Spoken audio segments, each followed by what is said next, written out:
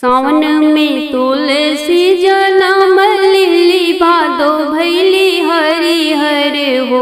सखी क्वार में भैली सयानी गोविंद मन भावे कन्हैया मन भावे ले हो।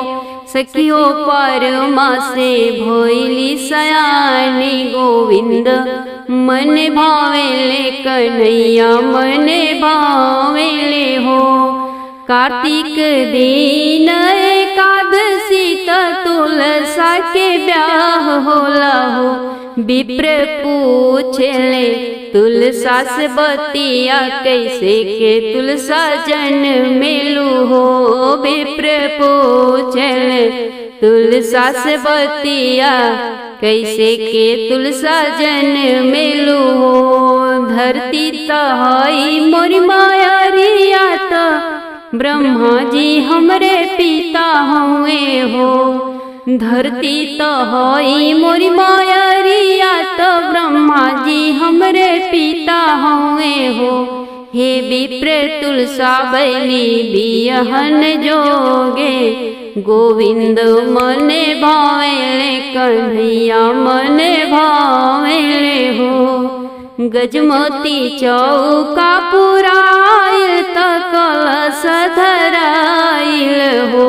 सखी भई गईले तुलसा के ब्याह गोविंद मन भावेले कन्हैया मने भावेले हो। लाली लाली डोलिया चढ़ी तुलसा जी नंद घर आवेली हो। सखी गोकुला में बजत बधैया कुपित रानी रुक्मिणी हो। सखी हो गोकुला में बजत बधैया कुपित रानी रुक्मिणी हो। ऐसन सुंदर तो तुलसी त दहिया के हरी हो अंगवा के पातरी हो। तुलसी मोरी पीठी दरेलु अंगारी डोलिया चढ़ियावेलु अंगनवा मोर बिराजेलु हो। तुलसी मोरी पीठी दरेलु अंगारी डोलिया चढ़ियावेलु अंगनवा मोर बिराजेलु हो।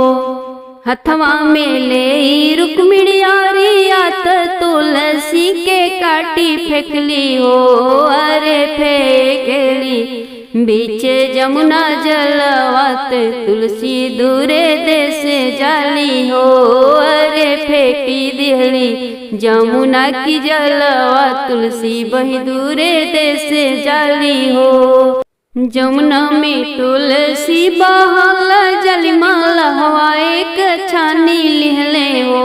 अरे काटी कुटी मलवा बनवले हरि की गोले डार दिहले हो।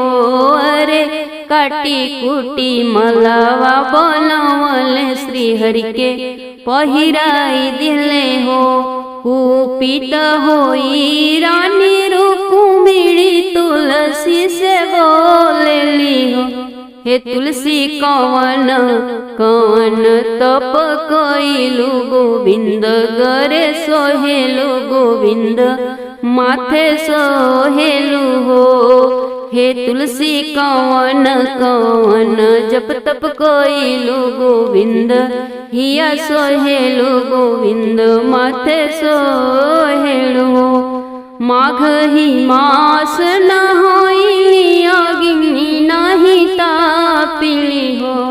हे रुक्मिणी विधि से कइली अतवार गोविंद सिर सोहिले गोविंद गले सोहिले हो। हे रुक्मिणी विधि से रहिले तवार गोविंद गले सोहिले श्री हरि शीस सोहिले हो।